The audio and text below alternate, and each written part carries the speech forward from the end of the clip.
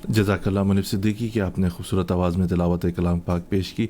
सामीन, आपको एक खूबसूरत सा कलाम सुनाते हैं हिना ताहिर साहिबा की आवाज़ में। पाकिस्तान की मशहूर मारूफ नात ख्वां हैं, बड़ा मुनफरिद अंदाज़ है इनका नात पढ़ने का, बहुत ही सैरकुन आवाज़ है इनकी। सुनिए, एक छोटे से ब्रेक के बाद आपकी खिदमत में हाजिर होते हैं। ये नशीद है एक्चुअली खुसूसी तौर पर हज के हवाले से इन्होंने रिकॉर्ड करवाई थी और हमारे प्रोग्राम में इन्होंने कहा कि आप प्लीज़ इसे शेयर करें ताकि लोग ज़्यादा से ज़्यादा सुन सकें और लोगों को पता चले कि हमारे मुल्क में एक ऐसी आवाज़ भी मौजूद है और ऐसे नामवर नात ख्वाह मौजूद हैं जिनको आप लाइव सुनना बहुत मुश्किल हो जाता है कभी कभार, लेकिन हमारे प्रोग्राम की तवज्जो से आप लाइव सुन सकते हैं। सुनिए हिना ताहिर की आवाज़ में खूबसूरत सी नशीद हज के हवाले से। मौला मौला मौला मौला अल्लाहुम्मा लब्बैक अल्लाहुम्मा लब्बैक अल्लाहुम्मा लब्बैक अल्लाहुम्मा लब्बैक। खुदा तेरा हाफिज़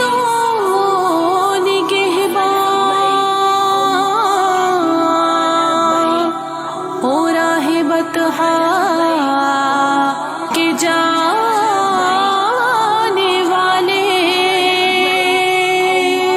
नवीद सद इम्बिसात बनकर पयामे दारुस्सलाम आया। लब्बैक अल्लाहुम्मा लब्बैक लब्बैक ला शरीक लक लब्बैक इन्नल हम्दा वन्निअमता लक वल मुल्क ला शरीक लक। लब्बैक अल्लाहुम्मा लब्बैक लब्बैक ला शरीक लक लब्बैक इन्नल हम्दा वन्निअमता लक वल मुल्क ला शरीक लक। नसीब पर है वो आज नाज़ा, नसीब पर है वो आज नाज़ा जिन्हें शरफ हज का मिल रहा है। नसीब पर है वो आज नाज़ा जिन्हें शरफ हज का मिल रहा है। मिना की जानिब रवा दवा है, मिना की जानिब रवा दवा है। लबों पे लब्बैक की सदा है। लब्बैक अल्लाहुम्मा लब्बैक लब्बैक ला शरीक लक लब्बैक इन्नल हम्दा वन्निअमता लक वल मुल्क ला शरीक लक। बचश्म नम गुम कोई दुआ में तो कोई मसरूफ है सना में। बचश्म नम गुम कोई दुआ में तो कोई मसरूफ है सना में। खुदा के मेहमान है मिना में, खुदा के मेहमान है मिना में। अजीब कैफो सुरूर सा है। लब्बैक अल्लाहुम्मा लब्बैक लब्बैक ला शरीक लक लब्बैक इन्नल हम्दा वन्निअमता लक वल मुल्क ला शरीक लक। कबूल क्यों ना हो अब दुआएं, कबूल क्यों ना हो अब दुआएं। मिली मुक़द्दर से ये फ़ज़ाएं, कबूल क्यों ना हो अब दुआएं। मिली मुक़द्दर से ये फ़ज़ाएं। मुआफ़ उसकी है सब खताएं, मुआफ़ उसकी है सब खताएं। जो आज अरफ़ात में खड़ा है। लब्बैक अल्लाहुम्मा लब्बैक लब्बैक ला शरीक लक लब्बैक इन्नल हम्दा वन्निअमता लक वल मुल्क ला शरीक लक। वुक़ूफ़ अरफ़ा से बन के कुंदन चले हैं मुज़दलिफ़ हाजी हजन, वुक़ूफ़ अरफ़ा से बन के कुंदन चले हैं मुज़दलिफ़ हाजी हजन। महक रहा है दिलों का गुलशन, महक रहा है दिलों का गुलशन, खुशी से चेहरा दमक रहा है। लब्बैक अल्लाहुम्मा लब्बैक, लब्बैक ला शरीका लक लब्बैक, इन्नल हम्दा वन्निअमता लक वल मुल्क ला शरीका लक। मगन कोई ढूंढने में संग है, मगन कोई ढूंढने में संग है, रमी के दिल में बड़ी उमंग है। मगन कोई ढूंढने में संग है, रमी के दिल में बड़ी उमंग है। थकन से चूरा आज अंग अंग है, थकन से चूरा आज अंग अंग है, मगर थकन में भी एक मजा है। लब्बैक अल्लाहुम्मा लब्बैक, लब्बैक ला शरीका लक लब्बैक, इन्नल हम्दा वन्निअमता लक वल मुल्क ला शरीका लक। उबैद अपनी कहाँ ये औकात, उबैद अपनी कहाँ ये औकात, के लेके जाते यहाँ की बरकत। उबैद अपनी कहाँ ये औकात, के लेके जाते यहाँ की बरकत। नबी के सदक़े दुआ का दामन, नबी के सदक़े दुआ का दामन, सभी मुरादों से भर गया है। लब्बैक अल्लाहुम्मा लब्बैक, लब्बैक ला शरीका लक लब्बैक, इन्नल हम्दा वन्निअमता लक वल मुल्क ला शरीका लक।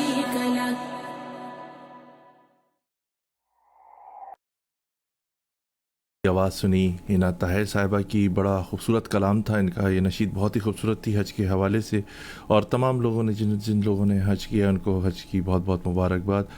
सामीन, आपको बताते चलें आज हमने अपने प्रोग्राम ए ज़िंदगी radio web TV Chicago USA में दावत दी है। जनाब आरिफ सिद्दीकी साहब को, हिस्टोरियन है, मिनिस्टर्स भी रह चुके हैं, एमकेएम से भी इनका ताल्लुक़ रहा है, और बड़े सरगर्म इनके कारकुन भी रहे, ज़िम्मेदार भी रहे, और आजकल हिस्टोरियन हैं, बड़ी अहम मालूमात फ़राम करते हैं पाकिस्तान की हिस्ट्री, पूरी दुनिया की हिस्ट्री पे। एक मैं इनको चलता फिरता इंसाइक्लोपीडिया कहता हूँ।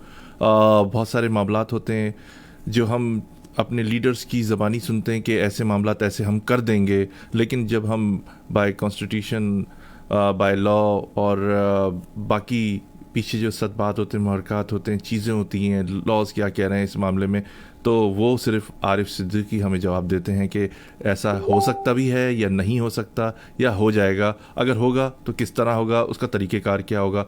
ऐसे बहुत कम अफराद होते हैं पॉलिटिकल पार्टीज़ में जो पार्टी की बैकबोन का हिस्सा होते हैं, और पार्टी के जो लिखत पढ़त के जो मामलात होते हैं जो बड़े इंपॉर्टेंट होते हैं। जज्बाती फोरमैन तो बहुत सारे हैं, आपने देखा होगा, लेकिन मालूमात बहुत कम लोगों को होती है। अपने प्रोग्राम ए ज़िंदगी radio web TV Chicago USA में खुशामदीद कहते हैं जनाब आरिफ सिद्दीकी साहब को। अस्सलाम वालेकुम आरिफ सिद्दीकी साहब। वालेकुम सलाम। कैसे हैं आरिफ सिद्दीकी साहब? आपकी आवाज़ थोड़ी सी स्लो आ रही है, थोड़ा सा ज़ोर से बोलेंगे सर? Thank you.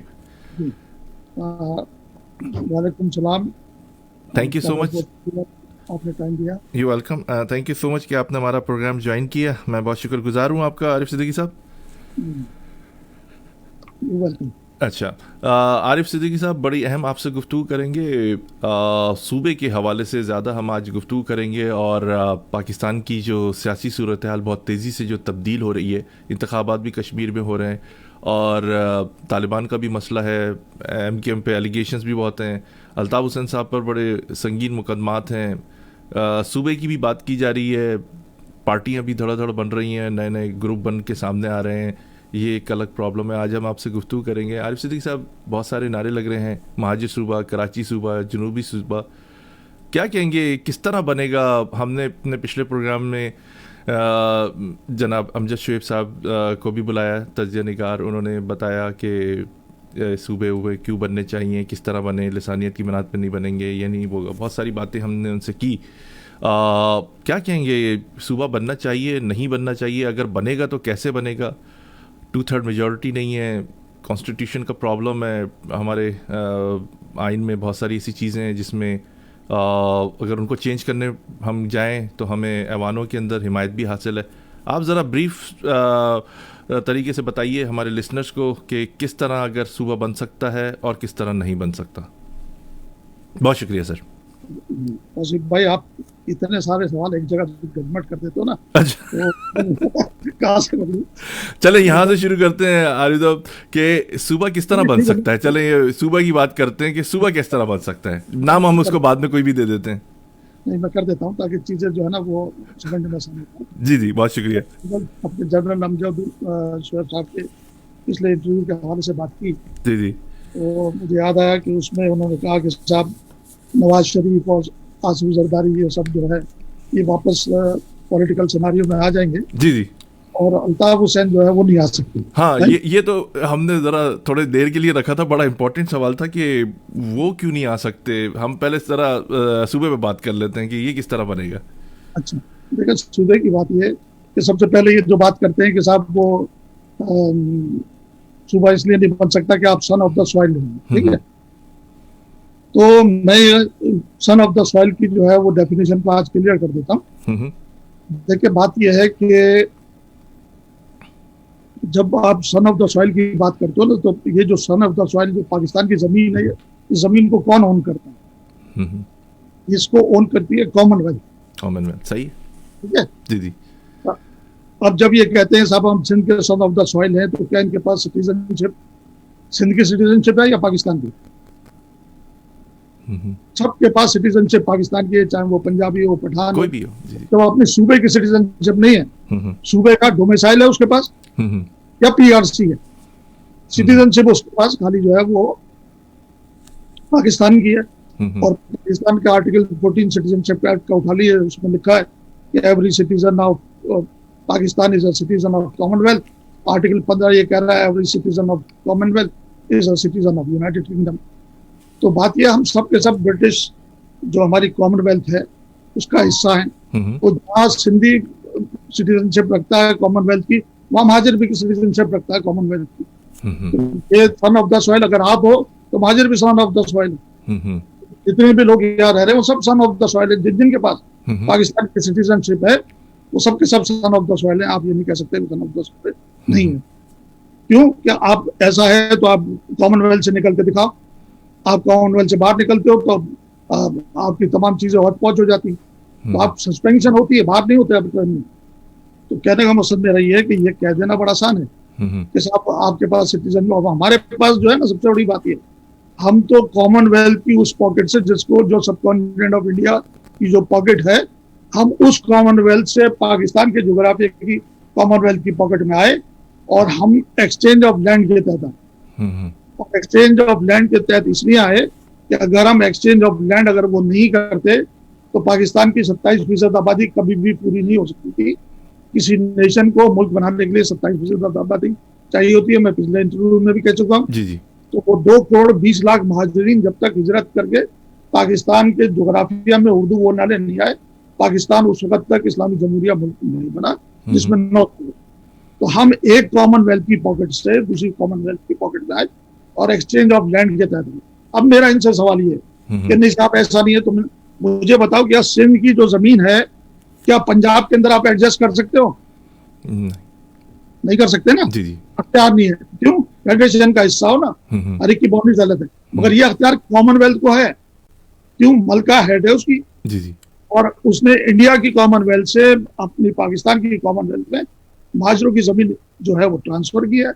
और वो जमीन जो है वो इंटरनेशनली उसने रजिस्टर्ड कराई है यूनाइटेड नेशन में। ये कहते ना हम सन ऑफ द सॉइल नहीं है, तो हम सन ऑफ द सॉइल है। अभी की लैंड हमारी लैंड है, जो 70% की जमीन है वो हमारी, जिसपे हम अपना सूबा बनाएंगे।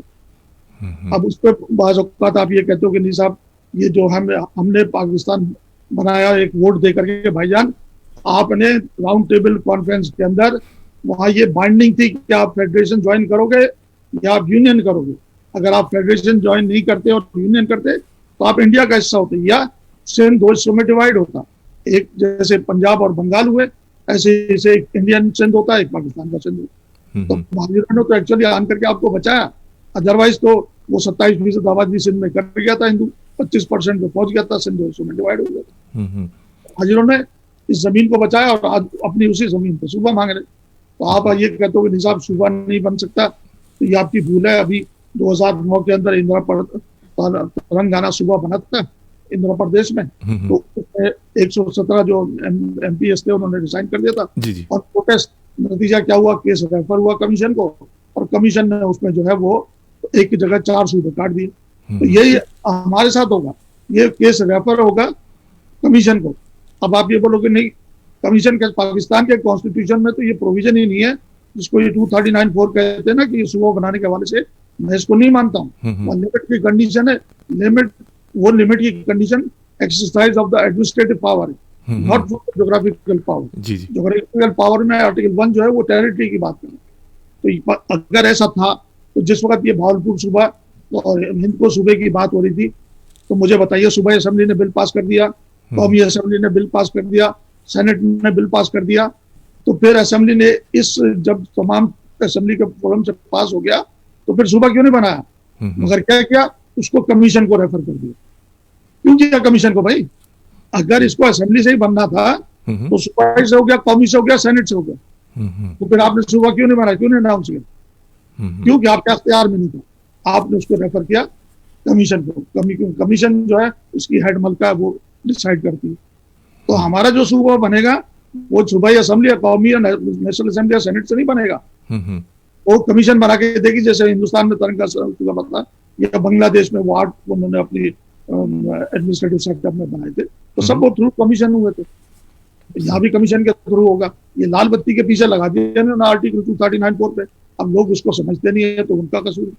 तो ये बात ये कि सुबह 70% लैंड जो है सिंध की हमारी है, इस पर सुबह बनेगा, तो इसको सुबह बनने से कोई रोक नहीं सकता, ये हमारा राइट है। जी, बहुत शुक्रिया आरिफ सिद्दीकी साहब। आरिफ साहब, आप क्या समझते हैं कि जैसे आफाक अहमद साहब भी हैं, वो भी यही बात कर रहे हैं कि सूबा बनना चाहिए। इधर हम बहादुराबाद MKM को देखते हैं तो वो भी यही बात कह रहे हैं, सूबा बनना चाहिए। इसी तरह पॉलिटिकल पार्टीज जो दूसरी जहां महाजिर हैं, जिसमें जमात इस्लामी भी है, पीपल्स पार्टी भी है, PTI भी है, मुस्लिम लीग भी है, क्या आप समझते हैं कि उनके कारकुनान और ये पार्टीज जिनके मैंने नाम लिए, ये भी सूबे पर मुत्तफिक हैं कि सूबा बनना चाहिए सिंध में? देखिए, बात यह है कि किसी के मुत्तफिक होने से या ना होने से नहीं होता। सिंध बॉम्बे से अलग हुआ था ना, जी, तो सिंध ने अपनी सेपरेशन का केस डाला था रॉयल कमीशन के सामने। तो रॉयल कमीशन ने एक क्वेश्चन ये रेज किया था कि भाई ये पब्लिक डिमांड है या पॉलिटिकल डिमांड है? तो उन्होंने कहा अगर तुम्हारी पॉलिटिकल डिमांड है तो ये सिंध सूबा नहीं बन सकता।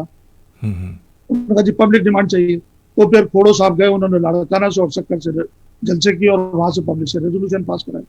तो वो रेजोल्यूशन तो हम ऑलरेडी पास करा के बैठे हुए, हमारी राब्ता कमेटी ने भी पास किया हुआ है, और हमारा जो है वो असेंबली के अंदर भी वो क्वेश्चन उस पर किया था कामरान भाई ने, तो वो भी मौजूद है, वहां भी हमारी डिमांड, और जहाँ कौमी असेंबली में वहां भी सबमिट किया हुआ। तो हमारी पब्लिक डिमांड या इंटरनेशनल जो रिक्वायरमेंट है तो हमारी कंप्लीट है, तो आप कैसे रोक सकते हो? आपके तो अख्तियार में ही नहीं, तो सूबा तो बनेगा। तो ये सारे के सारे जितने भी लोग कह रहे हैं कि भाई ये सूबा जो है वो चाहिए, तो ये पब्लिक डिमांड है भाईजान।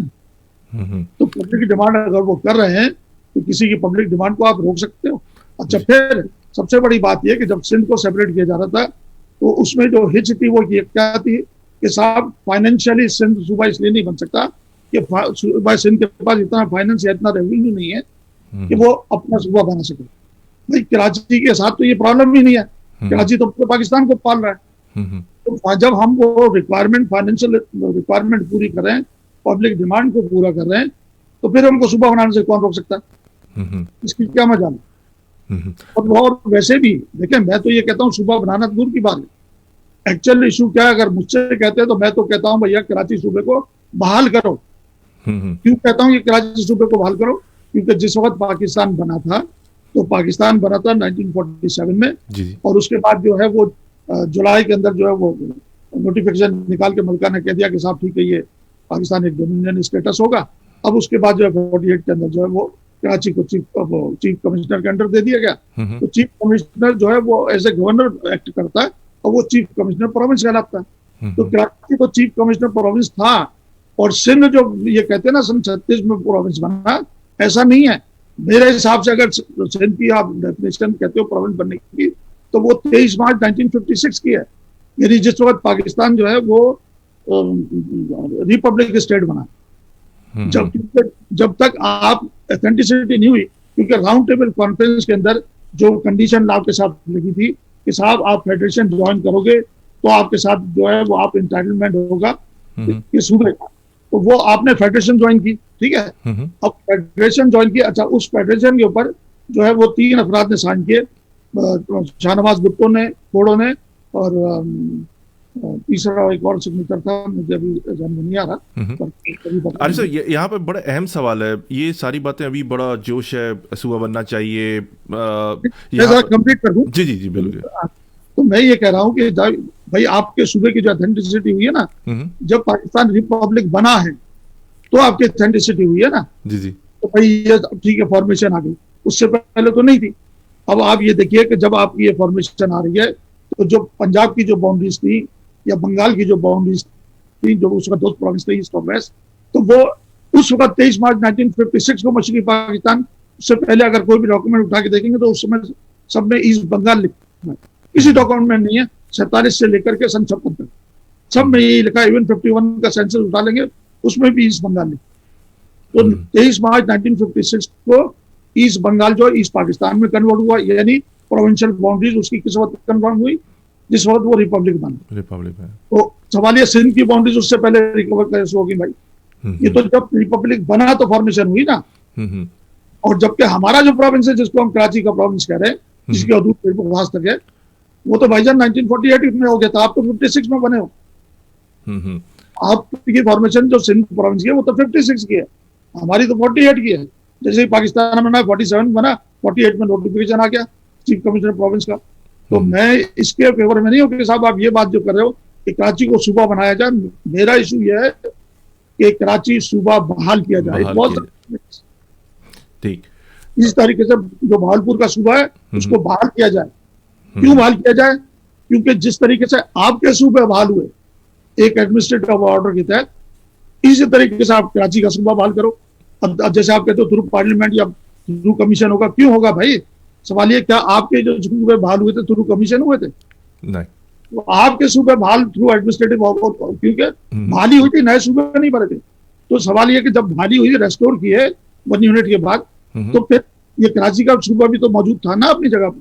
चीफ कमिश्नर चला रहा था उसको। चीफ कमिश्नर इसलिए था क्योंकि वो जो जमीन आती थी वो बलूचिस्तान की लैंड थी। जो चीफ कमिश्नर जो ट्रीटी पर लैंड ली जाती है उसको चीफ कमिश्नर चलाता है। तो मगर स्टेट पोर्टफोलियो में वो गवर्नर का ही होता है उसको। तो कराची प्रोविंस मौजूद था, उसकी बहाली होनी है।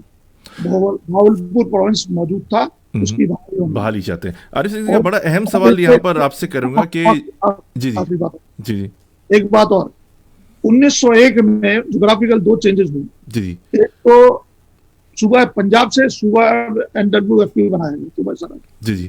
और दूसरा जो है खैरपुर स्टेट बनाई गई। तो इसका मतलब ये हुआ कि वो तो ये कह सकता है सूबा पंजाब के भैया NWFP प्रोविंस वापस हमारे साथ मर्ज करो, कर सकता है क्यों? तो बात यह है कि ये हमारे साथ जो है ना वो ट्रक की बत्ती के लगाने पीछे लगाने छोड़ो, मगर वो हमें जो है मलका बना के देगी, ब्रिटिश हाई कमीशन बना के देगा। वो बस थोड़े दिन की बात है, ये विल सी। अच्छा, थोड़े दिनों की बात है, ये बड़ी इंपॉर्टेंट आपने बात कही है कि थोड़े दिनों की बात है। अच्छा, आरिफ सिद्दीकी साहब, बड़ा अहम सवाल, जब MKM भरपूर पावर में थी, आज मैं देखता हूँ पुराने कारकुनान से या बड़े अहम जिम्मेदारान से जो नस नस में थे, अब वो कस दिए गए हैं, मैं तो ये कहता हूँ।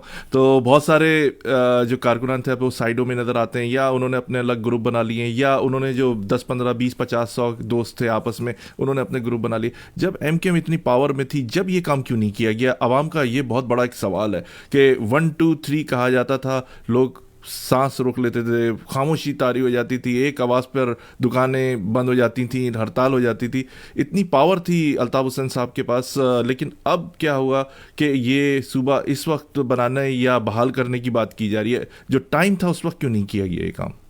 मैं जब जो पिछला आपको डिफाइन कर रहा था उसमें मैंने बात की थी कि इसको फेडरेशन ज्वाइन करने की।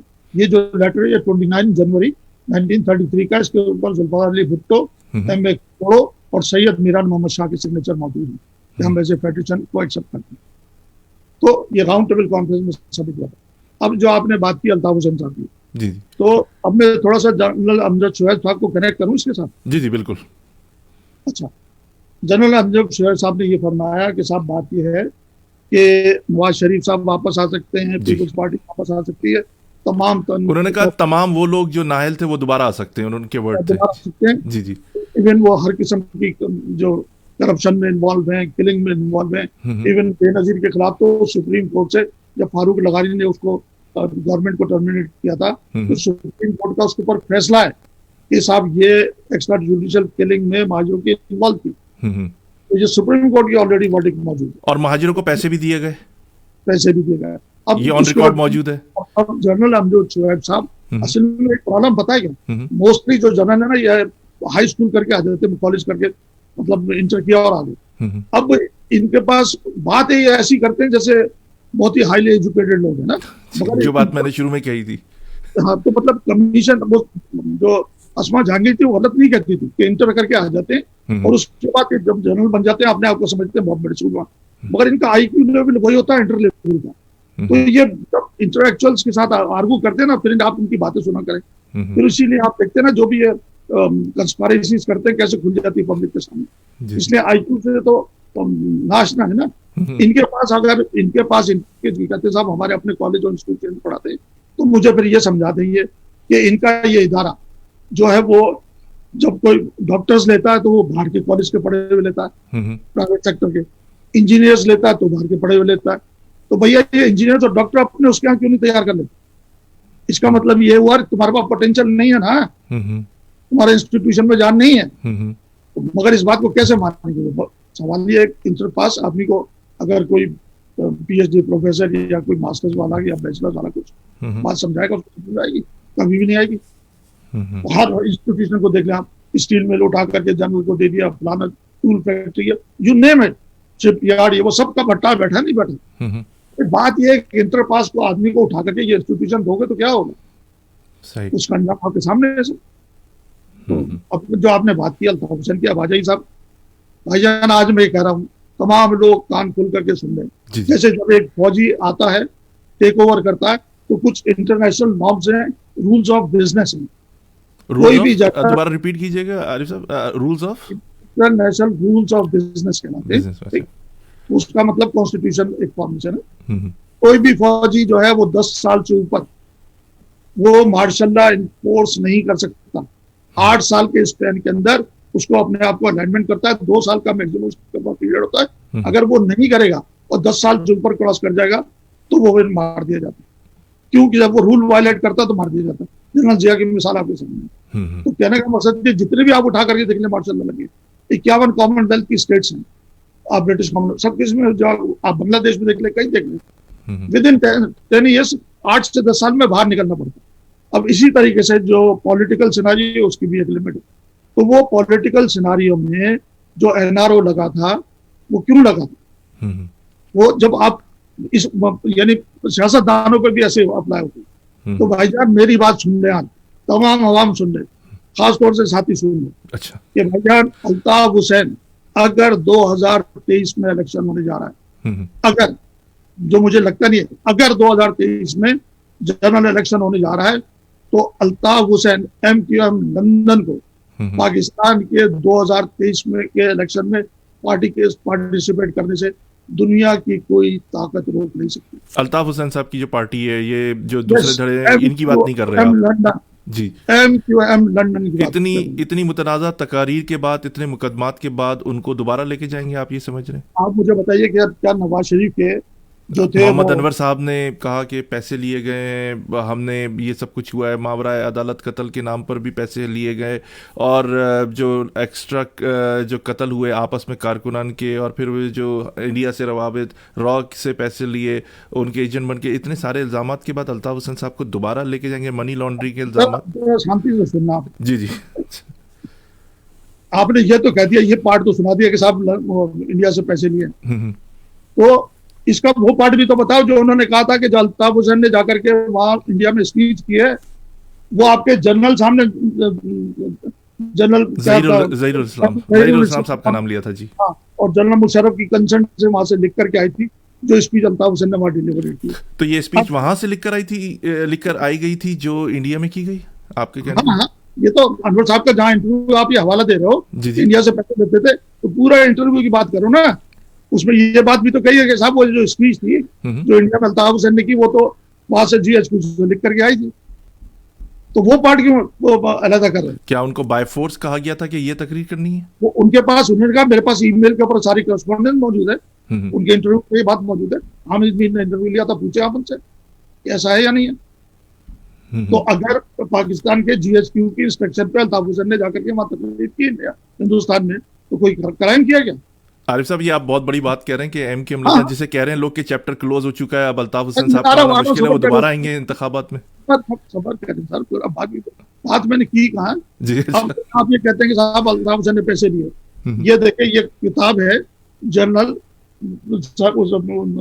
सब उसने लिखी है दुरानी में, ठीक है, राग के चीफ के साथ मिलकर के, ठीक है। अब मुझे ये बताइए, दुनिया जान के सारी बातें इसमें की हैं और इन दोनों ने पैसे कमाए इस किताब को लिख करके, हमारे ISI के चीफ ने भी और रॉ के चीफ ने भी, तो पैसे तो ये आपस में शेयरिंग कर रहे हैं, तो और इल्जाम लगा रहे हो आप सियासतदानों के ऊपर, तो भाईजान ये तो आप खुला खोला तजाद नहीं कर रहे हो, तो और क्या कर रहे हो? तो बात ये कह दिया आपने अल्ताफ हुसैन ने पैसे लिए, भैया अगर आपने वो स्पीच करने के लिए भेजा था, तो अगर उसके अखराजात के लिए आपने वहां से क्या अरेंजमेंट किया था, तो अल्लाह ही बेहतर जाने ना। तो अब अगर उस अखराजात में पैसे खर्चा रहे हो, आप अल्ताफ हुसैन के खाते में डाल रहे हो, तो ये तो आपकी सेल्फ क्रिएशन है। जी जी। लेकिन आरिफ सिद्दीकी साहब, यहाँ पे 18वीं तरमीम पे भी साइन किया गया, वो एक बड़ा अहम इशू है, इस पर कराची की आवाम पिस रही है, सिंध में काम नहीं हो रहे, यहाँ पर वफाक एक दूसरे पे बात डाल रही है, अदलिया इंटरफेरेंस उनकी ज्यादा नहीं है मखसूस इलाके में, क्या कहेंगे इस बारे में? उस पर भी आ रहा हूँ।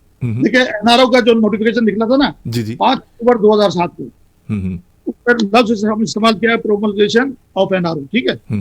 अच्छा, प्रोक्लेमेशन के जब आप डेफिनेशन देखेंगे तो वो कहलाता है पब्लिक डिक्लेरेशन, ठीक है। अच्छा, ये पब्लिक डिक्लेरेशन कहाँ हुआ? अब आपको याद होगा कि ऑल पार्टीज कॉन्फ्रेंस हुई थी लंदन में, एक चार्टर ऑफ डेमोक्रेसी साइन हुआ था 16 मई 2006 को, जिसमें बेनजीर और नवाज शरीफ थे। फिर उसके बाद ऑल पार्टीज कॉन्फ्रेंस हुई, उसके अंदर डिक्लेरेशन साइन हुआ, ठीक है, 9 जुलाई 2007 को। ये प्रोक्लेमेशन क्या कह रहा है? Public declaration. क्या कह रहा है? पब्लिक NRO का पब्लिक डिक्लेरेशन। मैं लीगल बात कर रहा हूँ, अपने पास से नहीं कर रहा हूँ। जी जी। तो वो क्या कह रहा है? पब्लिक। तो ये पब्लिक डिक्लेरेशन कौन सा था? ये वो था जो ऑल पार्टीज ने 9 जुलाई 2007 को लंदन में साइन किया, जिसमें 35 पॉलिटिकल पार्टीज थी। तो वो उस वक्त का 2007 का ऑल पार्टीज कॉन्फ्रेंस का डिक्लेरेशन पार्ट बना NRO का, NRO के ऑर्डर, जो कि 5 अक्टूबर 2007 को लॉन्च हुआ। तो इस NRO के तहत वो सारे जितने केसेस थे खत्म कर दिए गए। ना सिर्फ ये, उसके बाद जो है वो जो सुप्रीम कोर्ट 16 दिसंबर 2009 को, अब आप जरा गौर कीजिएगा, 2007 को NRO दिया जाता है, बेनजीर और नवाज शरीफ आते, इलेक्शन लड़ते हैं, सब कुछ हो जाता है। अब 2009 को सुप्रीम कोर्ट फैसला देती है 16 दिसंबर 2009 को कि भैया हम वाइड इनिशो कर रहे हैं इसको, यानी NRO को खत्म कर रहे हैं। अब जरा गौर फरमाइएगा, ये नहीं कहा कि ये वायलेशन हुई है कॉन्स्टिट्यूशन की, वाइड इनिशो यानी वो शुरू से चले जाओ, कहां पर? यहाँ से केस शुरू हुआ था। अब इस दौरान में 2007 और 2009 के दौरान में ये बेनजीर की गवर्नमेंट बनी, आपने कहा कि भैया इनको गवर्नमेंट को हटाओ, क्योंकि उस NRO के क्लियरेंस की वजह से तो ये पॉलिटिकल इलेक्शन हुए थे और सारा कुछ हुआ था। तो भाईजान मेरा कहने का मकसद ये है कि ये पाकिस्तान का कॉन्स्टिट्यूशन नहीं चलता, ये कॉन्स्टिट्यूशन चलता है सेंट्रल का तमाम कामों के लिए। एनआरओ में तो मुशर्रफ साहब तो ये कह रहे थे मैं बेनजीर को नवाज शरीफ को नहीं आने दूंगा, क्या हुआ? ये दोनों अंदर आ गए और खुद बाहर। जी हाँ। तो इस कानून के तहत अच्छा फिर अब आप और आइए 73 के कॉन्स्टिट्यूशन को आप कहते हो ये सुप्रीम है, ठीक है। तो भाईजान जिस वक्त वो फौजी टेक ओवर करता है, मार्शल लॉ लगाता है, तो वो कहते हैं LFO, लीगल फ्रेम ऑर्डर, ठीक है। अब जब ये लीगल फ्रेम ऑर्डर इंपॉर्टेंट है या कॉन्स्टिट्यूशन ऑफ पाकिस्तान का 73 का इंपॉर्टेंट है, क्योंकि वो इसको सुपरसीड कर रहा है LFO, और क्या कह रहा है? Legal frame order. इसका मतलब कॉन्स्टिट्यूशन इलीगल है 73 का, क्योंकि वो उसको बुलडोज कर रहा है ना, उसको बुलडोज करके फिर LFO आ रहा है, फौजी टेक ओवर कर रहा है, तो कह रहा है LFO यानी लीगल फ्रेम ऑर्डर। इसका मतलब ये जो फौज ने टेक ओवर किया वो लीगल और इलीगल था। अब इसका एविडेंस देता हूँ। जब LFO साइन होता है तो फिर उसके बाद क्या होता है? जुडिशरी को कहा जाता है दोबारा से हेल्प उठाओ। अगर वो सुप्रीम है 73 का आइन, तो फिर ये जुडिशरी से पूरा हल क्यों लिया जाता है भाई LFO के तहत?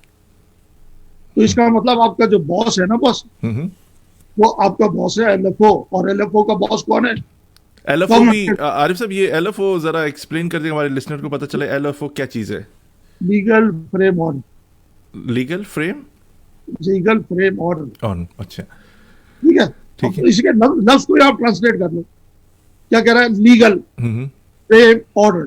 तो ये फॉर्मेशन है जिसके तहत चीजें को चलना है। ये फॉर्मेशन किसने दी? जिसने इस मुल्क को बनाया। किसने बनाया? कॉमनवेल्थ ने। बरतानिया की अप्रूवल हुई थी। जब मलिका ने कंसेंट दे दी तो ही पाकिस्तान के डोमिनियन हुआ ना। आपको एज ए फेडरेशन लिया और हिंदुस्तान को एज ए यूनियन दिया। इसलिए दिया यूनियन के वहां ब्रिटिश के अलावा और भी डिफरेंट इंपीरियल सोसाइटीज की कॉलोनी। तो ये पूरा एक सेटअप जिसको पढ़ना पड़ता है, ऐसे थोड़ी कि आप अंधेरे में लट चलाओ सारा कुछ हो जाएगा। जी बहुत शुक्रिया आरिफ सिद्दीकी साहब। आरिफ सिद्दीकी साहब 18वीं तरमीम के बारे में बताएं, क्या ऐसी मजबूरी हो गई या क्या ऐसा मुफाद था? फारूक सत्तार साहब इसमें बड़ी जद में, मैंने मुत्तईद बार कोशिश की फारूक सत्तार साहब का इंटरव्यू करने का, उनकी बहुत ज़्यादा मसरूफियात हैं, वो मेरे ख्याल में अवेलेबल नहीं होते।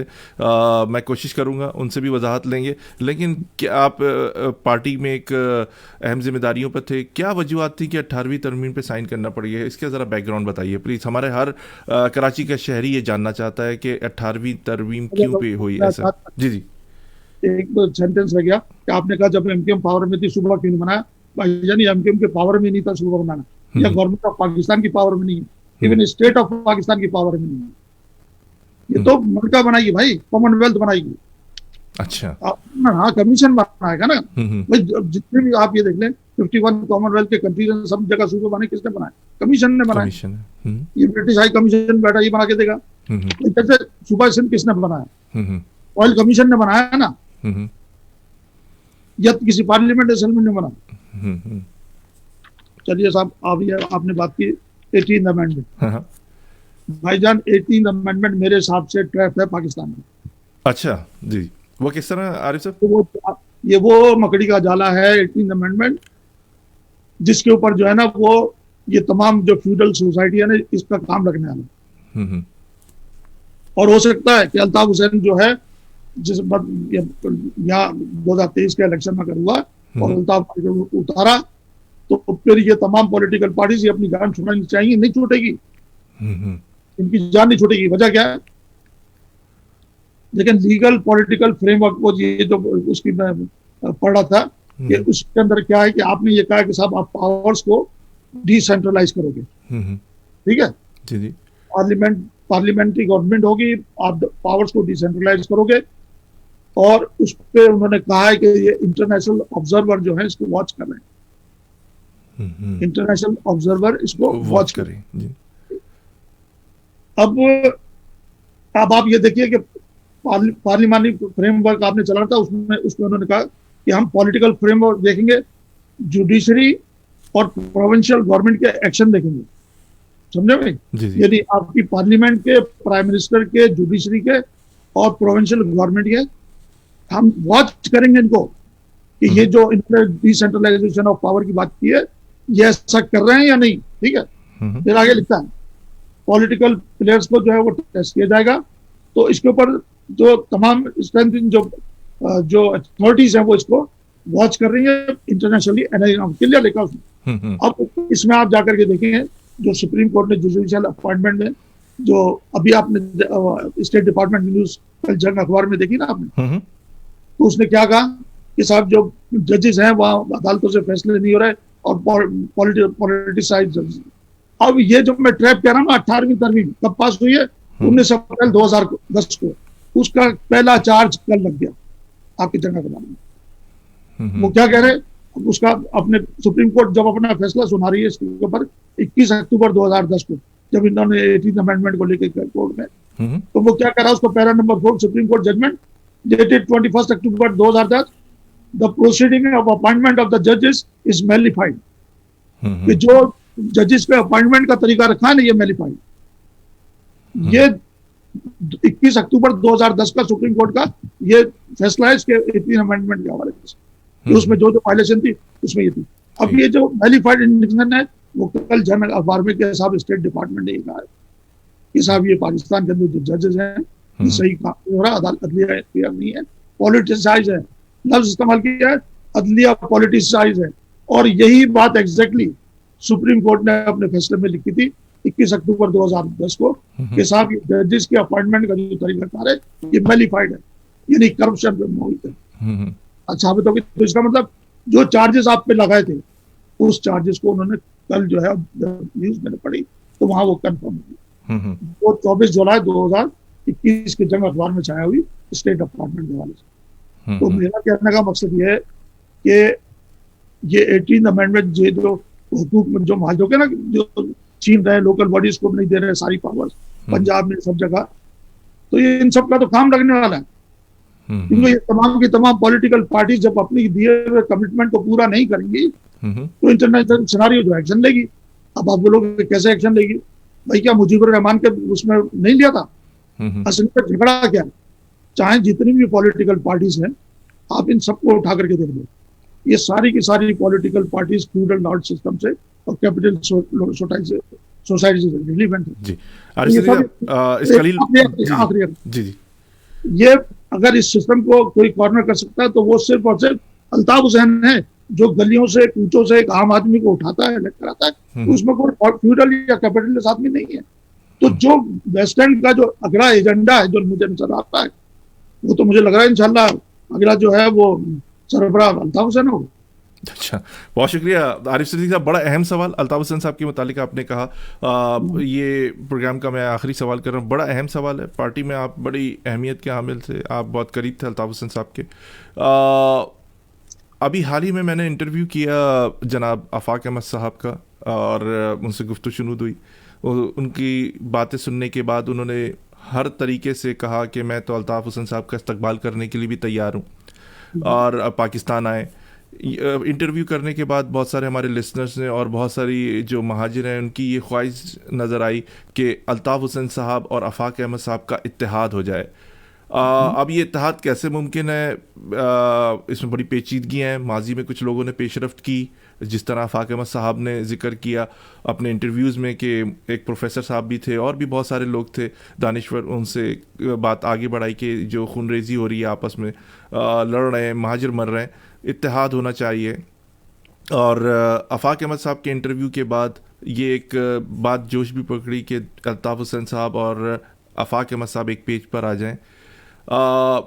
ये बात भी कही जा रही है कि जब एक आदमी के लिए माफ़ी है आफाक अहमद साहब के लिए नहीं है माफ़ी, आमिर खान साहब के लिए एक खातून का भी नाम आता है कि वो लेके गई, उनको लंदन उन्होंने माफ़ी तलाफ़ी की और वो उनको माफ़ कर दिया गया।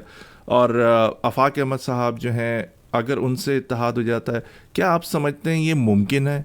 मुमकिन है तो कैसे मुमकिन है? क्या ये महाजिरों के वसी मुफाद में होगा कि इन दोनों हजरात का इत्तेहाद हो जाए? क्या कहेंगे इस बारे में आप? पहले तो मुझे ये बताइए, अभी आपने देखा एमकेएम के इतने बड़े बने। जी जी। जो मुस्लिम लीग थी, ऑल इंडिया मुस्लिम लीग, उसमें एक कायद-ए-आज़म की थी और एक वो मुनीर तो क्या, दो ग्रुप थे उसमें भी। तो ऐसे मुजीबुर रहमान के साथ था, भाषानी का और मुजीबुर रहमान का। अब यहाँ जो ये जितने धड़े बने, ये धड़े एस्टेब्लिशमेंट ने बनाए या ये खुद बने? ये आप भी जानते हैं, मैं भी जानता हूँ। ठीक है, ठीक है। तो नए बनाने वाला कौन है? आपकी लोकल एस्टेब्लिशमेंट, ठीक है। जी, तो इन्होंने कराया ना, आज ये माफी की जो मर्जर की बात कर रहे हैं वो क्यों कर रहे हैं, कभी सोचा आपने? नहीं, अब ये यही तो सवाल है आपसे। वो इसलिए कि उनको ये पता है कि अल्ताफ हुसैन का जो टाइम फ्रेम है वो पूरा हो गया, now he is going to come back on the ground. Hmm, आप रोक नहीं सकते। अल्ताफ हुसैन का जो पॉलिटिकल टाउन, जो आपने सजा देनी थी, कॉर्नर करना था, वो सारा टाइम फ्रेम पूरा हो गया। हम्म, अब आप ये बोलोगे साहब नेल्सन मंडेला के साथ भी दोनों, भाईजान वो भी टाइम फ्रेम से जो था ना, उसका जो टाइम फ्रेम था पॉलिटिकल, उस स्पेन में उसको, वो जेल में तो एक अलग इशू था उसको, मगर जो उसकी पॉलिटिकल पार्टी थी उसकी अपनी, उसको इलेक्शन से नहीं रोक सके आप। समझ में नहीं बात? जी जी, लेकिन बात हम कर रहे हैं आरिफ साहब इत्तेहाद की। इत्तेहाद मुमकिन है? भाई मैंने कहा ना कि इस्टेब्लिशमेंट ने अलहदा किया था, अब वो इंटरनेशनल इस्टेब्लिशमेंट करेंगी, लोकल करेंगी। अब इसके बारे में मैं कुछ नहीं कह सकता, क्योंकि जब कायदे आजम का दौर था उस वक्त भी सारे ग्रुप एक जगह हो गए थे, मुजीबुर रहमान के साथ भी हो गए थे, अभी भी आपने देखा पीपल्स पार्टी और मुस्लिम लीग में ग्रुप बने थे। क्या अल्ताफ हुसैन साहब और आफाक अहमद साहब एक हो जाएंगे दोनों की जाती ख्वाहिश पर, इख्तलाफात बढ़ाकर? अगर जाती आपस का डिस्प्यूट है तो एक अलग इशू है, और अगर आफाक अहमद साहब ने तो कहा है कि मुझे उनसे जाती कोई इख्तलाफ नहीं है, मुझे तो नजरिए पे इख्तलाफ है। नजरिए पे थोड़ी है, उनको एस्टेब्लिशमेंट ने कहा, वो अलग हो गए। वो तो आमिर खान उसको कन्फेस कर चुके हैं ना, तो उसको आप डिनाई थोड़ी कर सकते हो। तो मेरा कहना मकसद ये कि वो अगर इंटरनेशनल फोर्सेस का ये है इंस्ट्रक्शन कि भाई वो असल में पॉलिटिकल सेटअप में क्या प्रॉब्लम है।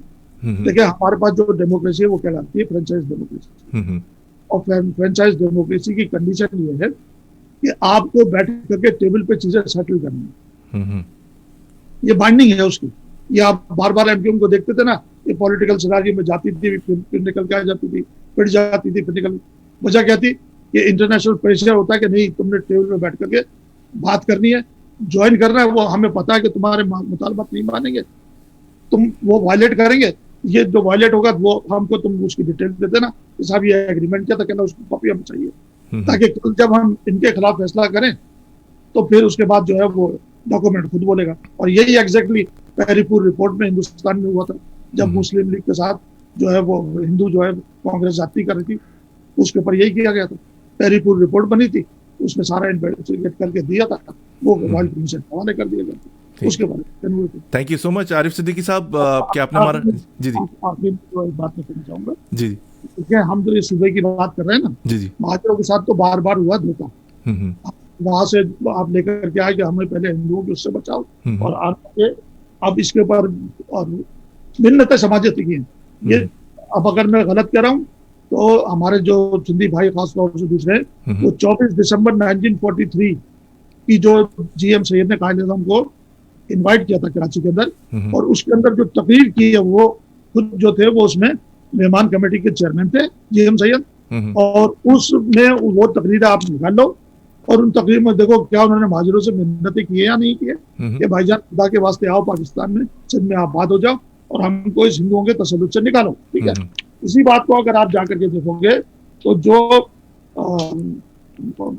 बायोग्राफी ऑफ अब्दुल्ला हारून की देखोगे उसमें भी मिलेगी बात, ठीक है। अच्छा अब आता हूं मैं दूसरी बात पे। अब जो आप ये कहते हो कि साहब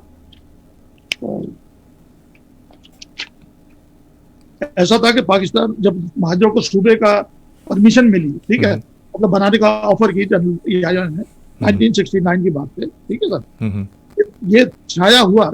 अब हुआ क्या है, हैदराबाद के अंदर एक सेशन हुआ, और उस सेशन के अंदर ये सारे सिंधी भाई खासतौर से सुने, वो जो जीवन सैयद साहब की जो बातें करते हैं ना कि देखें आया ये जंग अखबार 3 सितंबर 3/9/1969 को ये जंग अखबार भी छाया हुआ।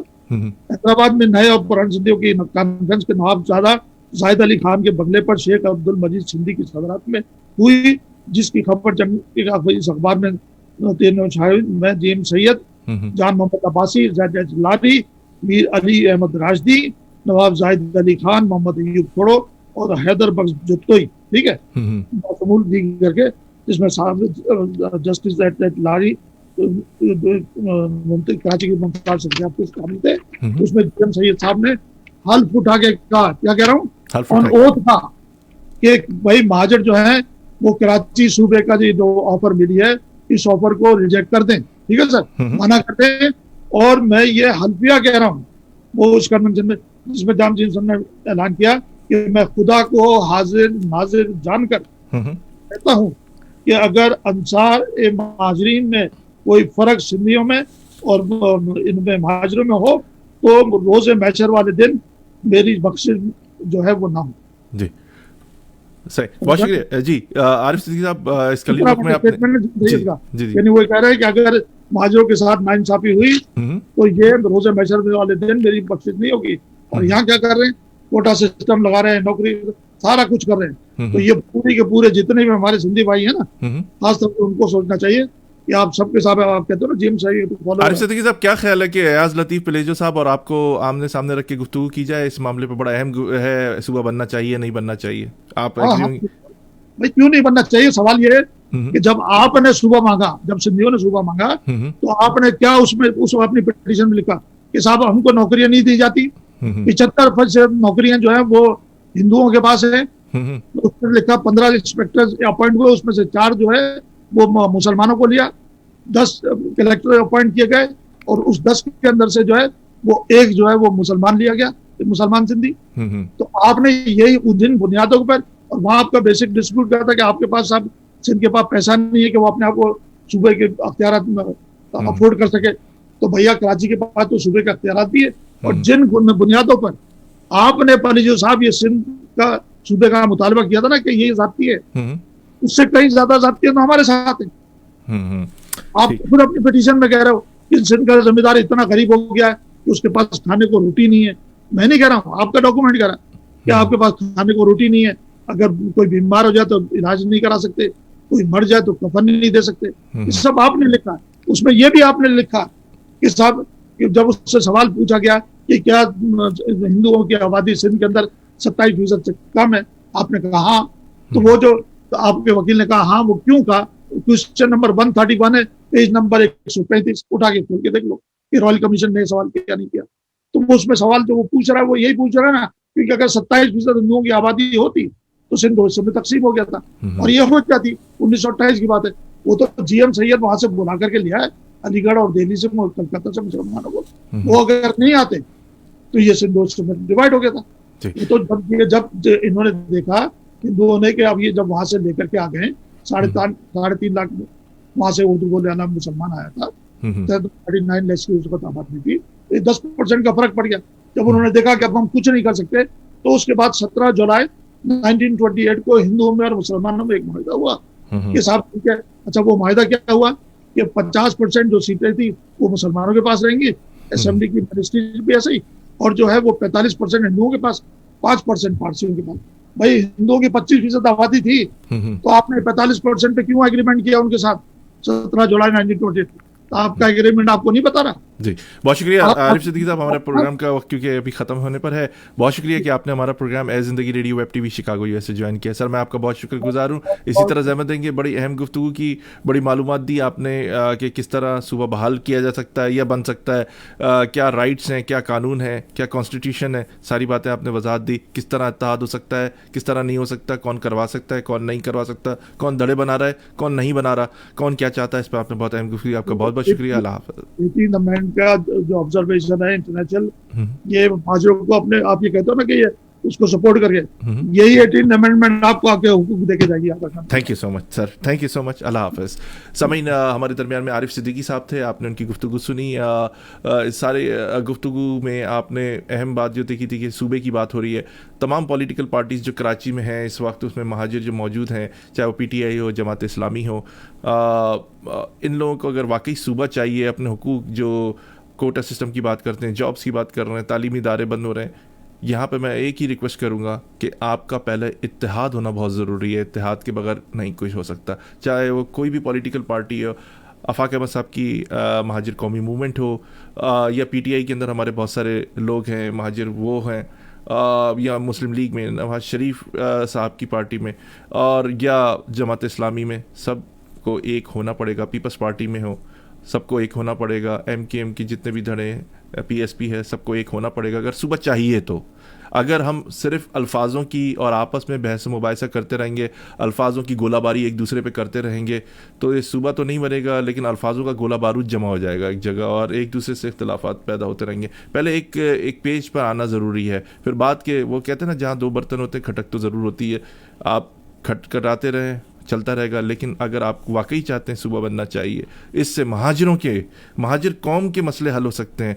जो अब वहाँ से लोग निकलने की सोच रहे हैं, किसी भी मुल्क का वीज़ा मिल रहा है वहाँ जाने की सोच रहे हैं कि तालीम तबाह हो रही है, बुनियादी सहूलतें महरूम हो रहा है शहर, यहाँ के महरूमीन पाकिस्तान जो हैं वो कसमा पुरसी की ज़िंदगी गुजार रहे हैं, तो आपको एक पेज पे पहले आ जाएं, अल्फाज की गोलाबारियों को रोकें। Hold your horses please. Thank you so much. एक छोटे से ब्रेक के बाद आपकी खिदमत में हाजिर होते हैं। हमारे स्पॉन्सर हैं प्लेजेंट ट्रैवल, सुनिए उनका स्पॉन्सर, एक ऐड भी है। एक छोटे से ब्रेक के बाद आपकी खिदमत में हाजिर होते हैं। आपका अपना प्रोग्राम ए जिंदगी radio web TV Chicago USA है। Are you looking for a vacation or planning for Hajj or Umrah? For the best rates and amazing packages, contact Pleasant Travel, located at 6257 North Clark Street, Chicago, Illinois. Contact them. Their phone number is 773-508-1927. Their email is pleasanttravel@hotmail.com. Travel to countries like Pakistan, USA, Canada, India, UK, Europe, Russia, Turkey, Egypt, UAE, Australia, Asia, Africa, and more. And make your trip memorable with Pleasant Travel. Their Facebook page is Pleasant Travel Chicago. For best rates and amazing packages of Hajj and Umrah, contact Pleasant Travel. Travelling made simpler with Pleasant Travel. अब तमाम vacation packages नहायत affordable rates पर। इसके अलावा Europe, Pakistan और Africa के नए packages. Pleasant Travel is authorised agent of Emirates Airlines और आपके लिए Emirates Airlines Pakistan special 3-piece luggage allowed for economy class with all कोविड-19 travel safety precautions. Pleasant Travel खिदमात के 30 साल। कॉल 877-508-1927 और विजिट pleasanttravel.com।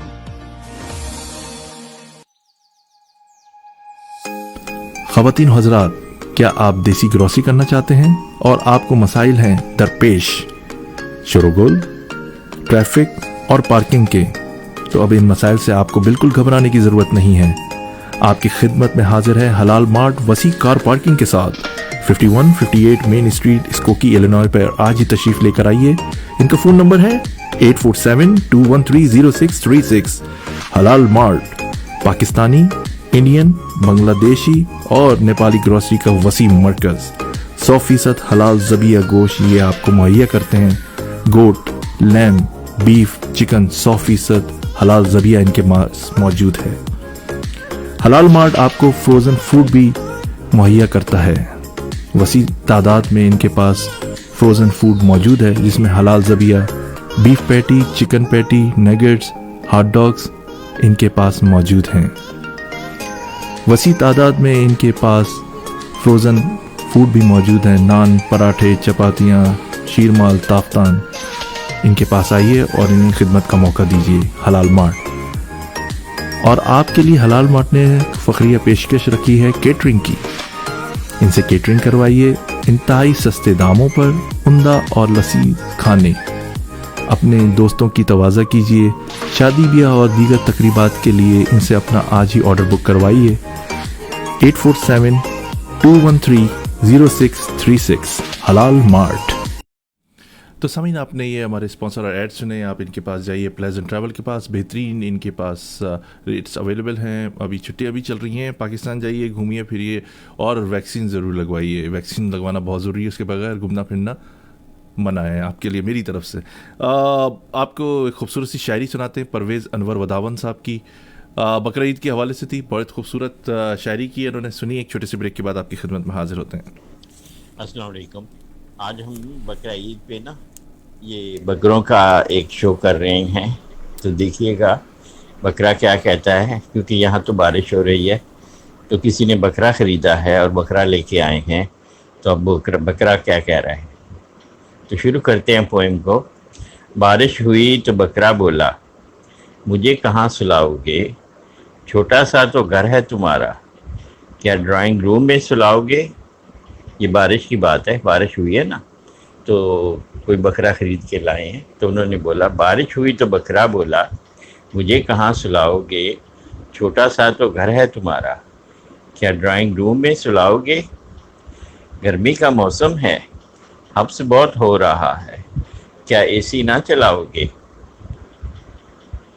भूख लग रही है बहुत, क्या दाना ना खिलाओगे। कसाई तो अच्छा ले लेना, क्या पैसे भी बचाओगे। ये बकरा सारी बातें कर रहा है अपने मालिक को कि भाई अच्छा कसाई ले लेना, ऐसा ना हो कि मुझे बड़ी तकलीफ़ हो, तो पैसे ना बचाना प्लीज़।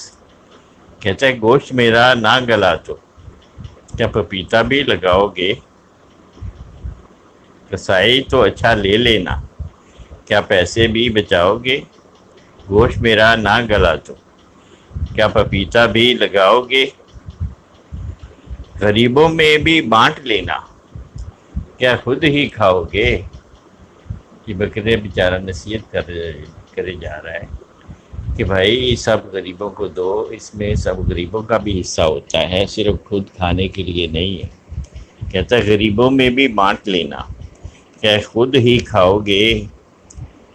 अब वो कह रहा है कि जन्नत में जाने के लिए ना, तो क्या बात कह रहा है, जन्नत बहुत दूर है मालिक, जन्नत बहुत दूर है मालिक, क्या मुझ पे बैठ के जाओगे। टांगे मेरी कमज़ोर हैं बहुत, क्या मालिश ना कराओगे। अरे भाई बकरा बेचारा कमज़ोर है ज़रा। उसने बोला कि सेठ साहब तो बड़े मोटे ताज़े हैं, और वो बकरे पे बैठ के जन्नत में जाएंगे ना, हमारा यही एक है ना ख्याल कि जन्नत में के लिए जाएंगे तो बकरे पे ही बैठ के जाएंगे। तो सेठ तो मोटा ताज़ा है, तो कह रहा है टांगे मेरी कमज़ोर हैं बहुत, क्या मुझ पे बैठ के जाओगे। तो प्लीज़, ये बारिश के मौसम की बात है, तो दुआ करें कि अच्छी आराम से ये बारिश का मौसम भी गुजर जाए, और किसी बकरे को या बकरे वालों को या घर वालों को किसी को अल्लाह करे तकलीफ़ ना हो, और ये खुशी का मौका है, अल्लाह ताला इस खुशी को कामयाब करे। आमीन। और ये कुर्बानी का मतलब ये है कि जैसे हज़रत इब्राहीम अलैहिस्सलाम ने अल्लाह ताला की बात मानी और बेटे को कुर्बान करने के लिए लाए, तो अल्लाह ताला ने बकरा ज़िबा करा दिया। आज हम बकरा तो ज़िबा कर रहे हैं, गाय भी कर रहे हैं, ऊँट भी कर रहे हैं, सारे जानवर कर रहे हैं, लेकिन उस कुर्बानी के ऊपर जो कुर्बानी दी गई है उस पे अमल करने की ज़रूरत है। अल्लाह की बात मानो, तो ये खुशी की बात है, और अल्लाह भी खुश होंगे और आपकी सारी कुर्बानियाँ भी कबूल होंगी। ठीक है, इंशाअल्लाह। अल्लाह हाफिज़। अल्लाह हाफिज़। सामीन, हमारे साथ परवेज़ अनवर वदामन साहब थे। आपने खूबसूरत सी इनकी शायरी सुनी, यकीनन आपको पसंद आई होगी। आपका फ़ीडबैक दरकार रहेगा, बिल्कुल नाम दे के इनको ज़रूर फ़ीडबैक दिया करें। बहुत मेहनत से लिखते हैं और उर्दू के फ़रोग़ के लिए काम कर रहे हैं, तो ज़रूर आप अपना फ़ीडबैक इनको दिया करें। आपको बताते चलें शिकागो की में जो एक्टिविटीज़ हुई कम्युनिटी में हमारी, स्कोकी में एक मुकामी रेस्टोरेंट सारा ग्रिल पर Jesse White secretary of state Illinois जो हैं उन्होंने विज़िट किया और कम्युनिटी के जो मसले मसाइल हैं उस पर गुफ्तगू की।